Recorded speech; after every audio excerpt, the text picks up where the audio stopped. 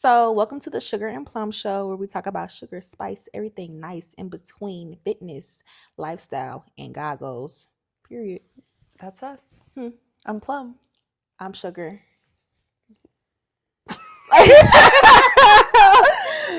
Okay, so I guess we just go ahead and get this started. Yeah. I am the Summer Lynn, okay, aka Naturally Summer. Okay, big on capital P. It's not a P in Naturally Summer, but you know where the capital P is. Let's not play. What else about me? I'm a young Black woman in tech. I have a real job. This is not our job. We're doing this for fun. Yeah. So yeah, I think that's a fair intro, right? Okay. Yeah. And then we get into what we need to get into. Yeah. Hi, I'm Neek Shantae, also known as Neek the Physique. I am also a young Black woman in the Air Force, working out, doing my thing. And yeah, now we're here. Cool. Let's jump into it. So, our first topic is how do we get into working out? So, how did you get into working out, Neek the Physique? So, I have always been really fit. I did sports all through school. And then I went to the Air Force at 18. This is how I really got into it though. Once I got into the Air Force, I was stationed in Alaska. I had two, my best friends that I worked with. They started going to the gym without me, and I felt left out. What? You never told me that. Yeah, I felt left out. So I was like, y'all are going to the gym, and I'm just sitting in my dorm. So I started going to the gym with them. Oh, okay. That's how I started working out. Yeah. How did I start working out? I play year-round sports in high school. So it was always I knew to work out, but my parents were fit. So I knew that working out was a thing, but I don't think I started working out for real until I got in the military. And I had to. So before I went to the military, it was okay, I got to do cardio. I got to start working out. I got to get right. And once I went and I got stationed at my first TDY, it was STP in Charleston. We're gonna have to do a military segment because I don't know what any of this means. But anyway, I did my first TDY for STP in Charleston, and I was talking to this dude named Jay. And that's what really got me into working out, because he was we got into deadlifting, and I started seeing results, and I started to like it. So I started to go on my own, but it was really it's the people you're around. Yeah. And if they're really into it, and it just kind of feeds off into you, and it's just addictive. But that's how I got into working out. Okay. And then from working out, what made you start bodybuilding? Girl, because I had got fat. Oh my gosh. Okay, so I've always worked out, right? I thought you was going to say because of me, but okay. Oh, honey, please. I've always worked out, but I think it's been almost 2 years now. So the past 2 years, I've gotten really serious because I had gotten very overweight. And baby girl is 5'6", and I was weighing 210. That was too big. So I feel like I didn't get bullied into it because, okay, so this is how I got into bodybuilding for real. I got fat and I started going to the gym. Okay, your girl was big as a house. We took them 1 pictures at the place downtown on the rooftop, and I looked at the pictures and I was like, yeah, nah, this ain't cute. So after that, I've always gone to the gym, but I started taking my eating more serious. So once I did that, I just incorporated going to the gym more and doing intentional movements and doing cardio and everything like that. So once I started going to the gym at 5 a.m, people be clicked up. So I had me a little gym clique. And they were all older dudes that all used to bodybuild. So everybody be Summer, you need to do a show. And even I've had trainers before, and they wanted me to compete with them. And I was always I don't want to look like that. I don't want to look like that. Yeah. But it came to the point where they was getting on my nerves about it so bad. They was asking me about it every day. Are you going to do it or what? So one day I was just fuck it. Yeah, I'm going to do it. Yeah. I'm going to do it. Now what? And they was okay. And I was dang, Now you got to do it. I really said I'm gonna do Yeah, this. you gotta do it. So that's when I don't know. I can't remember the timeline when I asked you. I'm like, all right, hey, like, let's do this. I mean, it gradually got serious. It wasn't just like okay, boom, boom, boom, boom, boom. I don't think it got serious until I paid my registration for the show. Yeah. Yeah. But that's how I got into bodybuilding. I mean, it wasn't like a pressuring thing. I felt like it was always on the table, but it was like, damn, I got the shape. You know, I'm naturally built, so why not? Yeah. So, okay, that's cool. And then she did bodybuilding. It was like a gradual. It was a gradual. It wasn't like you immediately got into a prep. Right. Yeah. Right. It was more. It was. I feel like it was lifestyle at first. Yeah. And then from lifestyle, it became cutting for a show. And the seriousness, that line of seriousness, is so easy to cross. Yeah. It's like once you get to that threshold of I'm prepping for a show, like everything just becomes different. Everything is different, definitely. So cool. How'd you get into bodybuilding, Plum? Okay, so back to when I was in Alaska, started going to the gym with my friends. These Alaska chicks.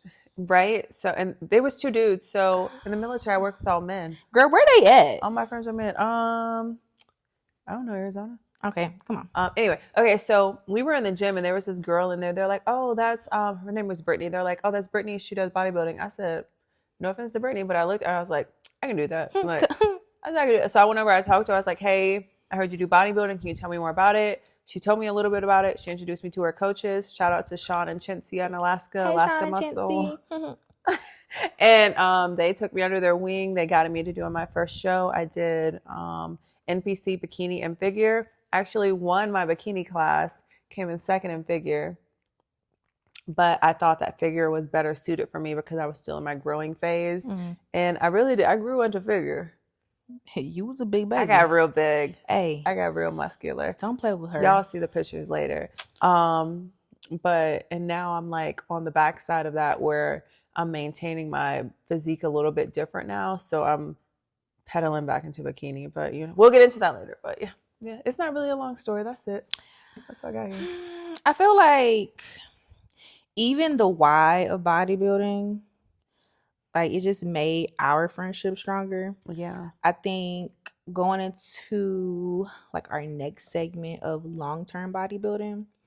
So going to the first show. It was like, I feel like I was being too serious. Yeah. Like, I feel like I was overthinking. I wasn't trusting the process. Definitely. I was just, I mean, I feel like that just comes along with that first rodeo. Yeah. You know what I mean? You gotta get that first one up in you. But long term, I feel like as long as I'm having fun, I can afford what I'm doing. I can, just keep enjoying the output and the income, the output and the results. I'm gonna keep doing it. Okay. So, yeah, I love that. For me, I don't know if I have a why. I had sworn off bodybuilding. I said I was never gonna do a bodybuilding show again. Why? And then Summer was like, "Will you coach me?" And I coached her through a show, and then I got back into the. Why would you never do a show again? Because I got cheated on at my last bodybuilding show. Are you serious? You know that? Yeah. That's the reason why you went. Okay, so listen, let me set the scene for you guys. After prejudging, just went and did my thing, tore the stage up, come off stage. He's showing me a video that he took of me on his phone, and the girl he was cheating on me with texted him. Was like, "Oh, I'm sorry, I'm not there to make it better," because he was complaining about being at my show. Yeah, we lived together. We have been dating for 4 years. That's neither here nor there. They're married now with kids, so it was all part of the plan. Tomato, tomato, tomato. But either way, so I was never going to do another show again. It just when I thought about bodybuilding or getting on stage, I just associated it with those memories, which I guess trauma, like a PTSD whatever. thing. Yeah, it was just something I didn't want to do anymore. But Summer came, she said, "Hey, coach me through the show." She had to ask me a couple times before I actually did it. As everything. Yes. I gotta make sure you're serious. I was dead ass. Okay. But then we did it, and I had so much fun, like just going through the process with her, seeing all the changes in her, and just being backstage, being back in that atmosphere. It was amazing. So now we're gonna do a show together in August. I feel like as just a girl in general, like I've dated oh boy that did a show, and then we got the other one. But I feel like you don't really respect the sport until you in it. Yeah. Like even if you know somebody that's close to you, like you don't respect the sport until you really going through the motions for real. Not eating those carbs. Like, yeah. So yeah. But I feel like I just feel like I can keep doing it. I agree. So but as like we said, we wanted to tailor this towards it's not a lot of black girls in the community. I mean, there are a lot of black girls in the community. Yeah. But I don't feel like it's mainstream. It's not at all. And even at my show, you know, the promoters were nice. Everybody was nice. But I feel like as a community, like we need to do a little better. A lot better. We need to do a little better with sportsmanship. We need to do a little better with just like all around like picking each other up. And even at the time, like my show was during Black History Month, and I just was like, okay, yeah, you know, I feel like as a leader, you should have qualities to bring sportsmanship into a space, but it shouldn't be that hard. I agree.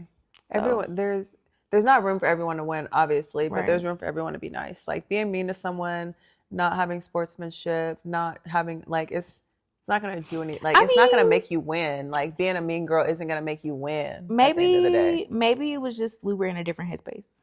Maybe because I don't know. First of all, we was cocky when we got there, and we knew the package was bringing. I'm just saying, like, you know, you gotta have that energy. You gotta bring that energy with you. You know. But it's like even you at the show. You register for a reason. Be cocky. You might not win. You might get there and you see the competition, but what's being mean gonna do? What is being mean gonna do? I feel like sportsmanship needs to be talked about, and I don't know. I just feel like you should not have to do all that. You shouldn't. Like we shouldn't have to. You shouldn't do all that. I don't know why they're doing it. So yeah. We're off track. Oh. What was the topic? It was long-term for bodybuilding. Oh, long-term for bodybuilding. Oh, wait. I think this is going to be a good one. The effects of bodybuilding. Okay. Let me start. Okay. Because a PH could never. Ever. Okay. And the girls be so serious. Yeah. Because everybody's like, oh, you're going to lose friends. Blah, blah, blah. Okay, you get all. I get all that. Yeah. But nobody told me I was going to have to buy panties. I thought that was common sense. Nobody told me I was going to have to buy new bras. Like, I went down from a triple D to a C cup. Yeah. Like, that's insane. Yeah. Nobody told you about the gas. Yeah. The gassiness. You are real gassy. Being gassy. Having to buy new bras. Like, the titties are not tittying no more when you lose all that weight. You become very creative. Yeah. When you start bodybuilding. Yeah. Like with the food. Yeah. Back in business, bitches. We gotta hurry up though because it's close at 9. Okay. You're not gonna get charged, are you? I don't know. If it is, I'll send you the invoice. Okay. Bonus. Anyway.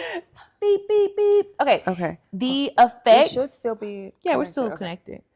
You were talking about the food. The effects. Oh no. Oh yeah. The creativeness. Girl, them blueberries and that doggone tortilla. It was the highlight of my day. What else did I do? I think that was it. I think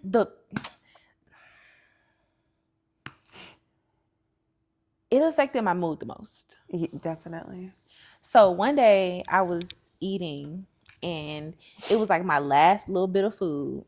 I told you about this? It was my last little bit of food and I was on the phone with that dude.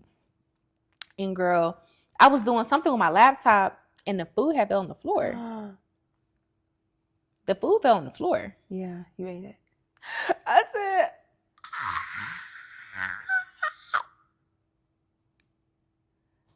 and I picked it up and ate it. Okay, I figured. Yeah. Like, who was backstage? And my rice cake had fell on the floor with the peanut butter on it. Oh, yeah. That really pissed me off. That's okay. But yeah, I think bodybuilding really affected my mood and my attitude. Like, even in a good way, because it gave me clarity. Period. Like, it gave me like, no, I'm not doing that. Yeah. And this is why. Yeah. It gave me like a I don't give a F attitude. Yeah. Yeah. And I'm sticking to it. So yeah. You heard her. I feel like for me, I don't really remember. I think it just gave me more confidence, just in my appearance. Yeah. Because I was really skinny before I started working out. I was real small. So it's like, I just like feel like I came into like looking more like womanly. Because I started getting like, there were muscles, but they were like curves. Like the body started bodying. That was juicing up. I was juicy. Okay. So I should show you my challenge. That, and then yeah, I think that's it. Did it affect my dating? It affected my dating in a good way. Like, I don't need no shit from you. Yeah. Like, I don't have time for this. Literally. Yeah, literally. I don't have time for this. Like, yeah, baby, I got stuff going on. A lot of stuff. So if you want to be up in here, you need to act accordingly. Yeah. We're on a schedule. I got meals to eat. Hello. Ain't no date, bitch. Honestly, yeah. Then it affected me with food. Yeah. I broke up with food. I feel like as a culture, we're so, let's go out to eat. Let's go to brunch. Yeah. Just go on a date and go out to, go out to a restaurant, or let's go to a lounge and eat. That's me. I always want to eat. But it's not like, we have to, as people, like, we used to learn, like, it's not always about food. Yeah. So it made me break up with food. Yeah. So yeah. Okay. I love food. I'm like trying to get into my cooking, like not cooking bag, but making almond milk. Okay. Making little, treats. That's how I got into meal prepping. Yeah, true. Yeah. That's really how I got into meal prepping, because I was doing my own food. People were like, "Oh, can you train me?"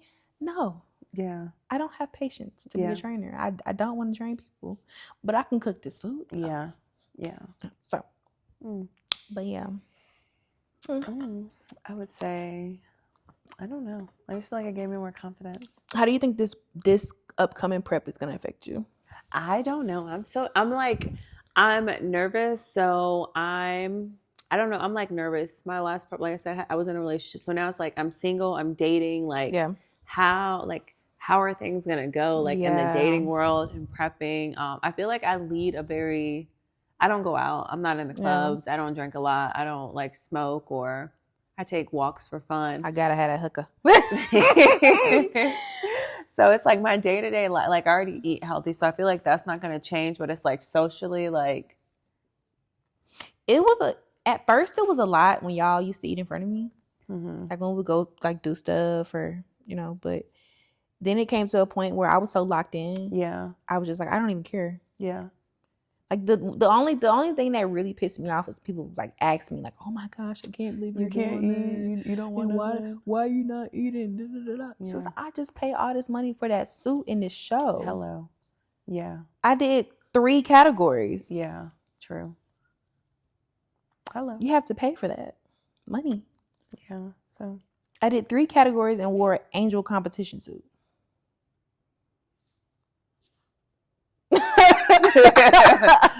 She got a good job. So yeah, like if anybody's in the bodybuilding world, I did 3 categories and wore an angel bikini bodybuilding suit. Yeah. So, bodybuilding is not cheap. It's not cheap at all. It's not for the broke at all. So, but I think it also affected the way I look at people. Because it's like when I hear people talking, they're like, "Oh, I didn't get up and go to the gym this morning because the dog and da-da-da-da." I be like, shut up. Yeah. I'm hungry and I'm still here. Yeah. Yeah. I've been eating the same thing for months and I'm still here. Yep. Yeah. I hung out with my friends last night and I'm still here. Yeah. So. Yeah. You just gotta fall in love with the process. Yeah. But I'm glad we're doing our. How do you feel about us doing our next prep together though? Like, I think it'll be easier. It'll be easier because I don't want to call it suffering. I don't think bodybuilding is suffering because it's a choice. Yeah. Like you're making the conscious decision to go into doing this. And it's like, you know what to, well, now you know what to expect. Right. I know what to expect. So it's like, but you have someone like in that struggle. I don't even want to call it a struggle. You have somebody just like doing the same thing as you. So it's like you have someone that you can relate to, someone that, hey, Summer, I'm so hungry. Oh my God, I still got to go do 30 minutes of cardio. You got some cardio to do today? Let's do it together. That'd be nice. Yeah. So someone to just like go through the process and go through the experience with, I think that'll be fun. And then we'll be together backstage. So that'll be the I can most glue fun your little part. booty cheeks. That'd be really fun. I feel like people don't talk about the mental part, the mental after. I mean, you do. Yeah. Like I felt like I was going crazy after. Yeah. I was so hungry. Yeah. I was so hungry. And I felt like I hear people say, you know, once you get that lean, you're going to always want to see your body lean like that. And you're going to like feel different. But even when I went into prep, I didn't know who that person was. Yeah. Like cutting down like that and changing, even when we were 10 weeks, 8 weeks, 15 weeks, like my body changed every week. And I just did not know who that person was. Yeah. You have to learn how to pose. You know how to relearn how to take pictures, like normal stuff. When you sit and take a picture at a restaurant or something, you're trying to post something on Instagram, you like, dang, I don't know how to look. Yeah. Like, how do I move this body? Like, how do I make it look good when I'm constantly changing? Yeah. It's like at posing practice, we would change something every time because I look different every time. So it was just like, damn, who is this? So mentally, I'm like, okay, I have to get used to this girl. Yeah. Like I would tell people, they'll be like, oh, how's it going? I'm like, I don't know who she is. Yeah. I've never seen her before. Yeah, you turned into a whole new person. I know. It's like you think you know your body and you don't. Yeah. So body can do great things. You just gotta tell it what to do and it's gonna listen. Like science. For the most part. Plus or minus a couple of things. What? I said for the most part your body will do what you tell it to do. Yeah. For the most part. I think as a girl, like hormonally, I think I lost, like, I wouldn't say a sex drive, but oh yeah, your libido goes out the window. Yeah, it's like you don't think nothing about that at all. Yeah, you can't. You think nothing about being intimate. Yeah, especially when I got maybe like 5. I think it started hitting me around like 6 weeks out. Yeah, I don't think I was dating anybody then. Yeah, the libido, honey. What? I don't think I was dating anybody at that point. It was like after. No, it was like right before Christmas. I don't think I was. Yeah. Like even if you were, I'm telling you, probably would have still left. But I know, but I'm just saying, like from that time until the show, I just cannot remember like thinking about anything intimate. Yeah. So I think that's what people don't talk about either, because it's like if you got a partner or you used to like, move in a certain way, like things are gonna change. That's things weird. Change. Definitely. Physically, mentally, sexually. Can you say that on YouTube? I think so. Yeah, they be talking about, the girls be talking about all kind of stuff. Okay. Booties and all kind of stuff. Okay. So yeah. What else? I don't know what our outro is gonna be. I think that's all we got. Banging in the back with two my. Oh wait, whoa! I got it because my man that's not my man said, did we sprinkle some Jesus in it? So our outro gonna sprinkle the Jesus. I just wanna praise you forever. I don't think we can take songs on YouTube. Isn't that like copyrighted? I don't know. I didn't get accepted in the law school. Well, I mean, let me close with a Bible verse. Okay, that'd be a good one. Yeah, hold on. I'm gonna. I just hope like we can reach, like when I'm on YouTube or like Googling stuff, it's like the Black girls aren't there. Like they are there. This episode for another. The Black girls are there. The algorithm don't push them. Oh wow, they're there. They aren't getting pushed out the way other women are. Yeah. Yeah. How I look at my highlights, because How I look. okay, so I'm going to do Luke 11, 9, and 10. And so I tell you, keep on asking and you will receive what you ask for. Keep on seeking and you will find. Keep on knocking and the door will be open to you. For everyone who asks, receives. Everyone who seeks, finds. And to everyone who knocks, the door will be opened. And that's on Luke. That's on Luke. That's on Big Luke. Because Luke is the... never mind. We're not going to go into... We're not this is the end of the podcast. Okay, I'm sorry. I was about to get in my Bible bag. Am I going to say one? Yeah. Oh, okay. All right. Okay. So, let's see.